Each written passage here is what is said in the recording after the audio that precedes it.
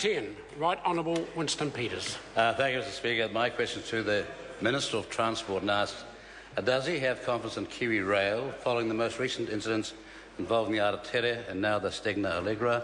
If so, why? Honourable Jerry Brownlee. Mr Speaker, had the member asked me a question relating to my overall satisfaction with KiwiRail's recent performance, he might have got a different answer. But what I can say is, given the importance of KiwiRail to the transport task in New Zealand, I am confident that KiwiRail's management are dealing with the recent incidents affecting the Aratere and the Stena Alegra appropriately.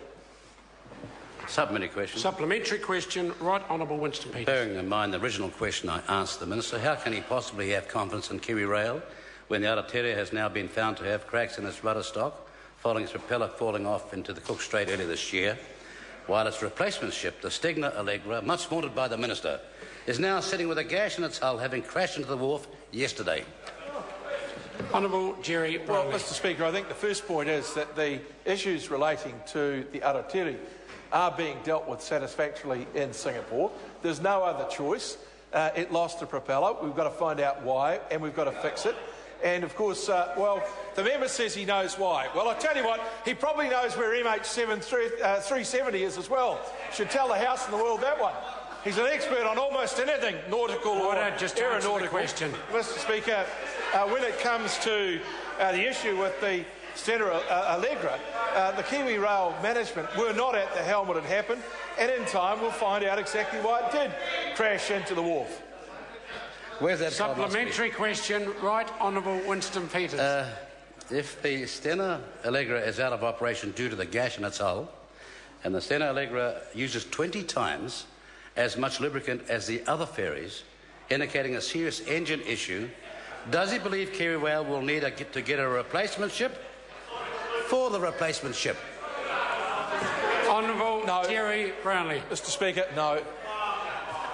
Question, Speaker. Supplementary question. Is he telling the House? Honourable Winston Peters. Is he telling the House that after these incidents, Aratere missing sailings because of engine problems in April, Aratere out of action due to cracks in the stern door in February, Aratere having lifeboat out of service due to a cable snapping also in February, problems with the bow door and stern ramp on Stena Alegra in January, Aratere losing its propeller in November last year, having stabiliser problems and radar problems in May last year, propulsion problems in January this year, among countless other issues, that he still has confidence in KiwiRail, and if so, would anything short of a sinking cause him to lose that confidence? So don't worry about my voters. They're on the rise, sunshine.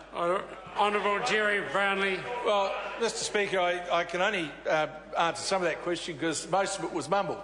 But what I would say is that there's no doubt that the previous government bought an absolute lemon when they bought back KiwiRail. No question about that.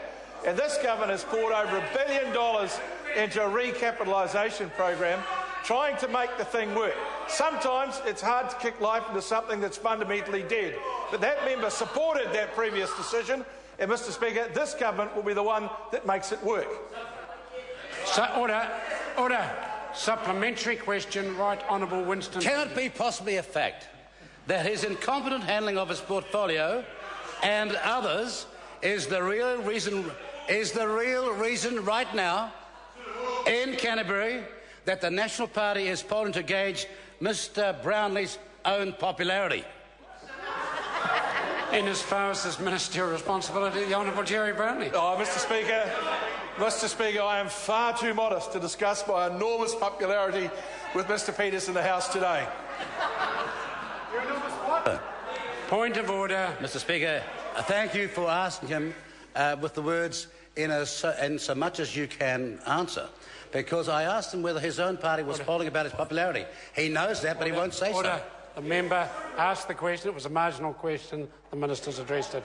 Supplementary question, Darian Fenton. Thank you, Mr Speaker. To the Minister, how can we have confidence in his government's Kiwi turnaround plan when his squeeze on KiwiRail has forced him to opt for low-cost procurement and short-term fixes that threaten health and safety and have cost New Zealand highly skilled jobs? Honourable Jerry Brownlee. Mr Speaker, investing over $1 billion of taxpayer funds in the company is not putting on a squeeze. Question number 11. Grant Robertson. Thank you, Mr.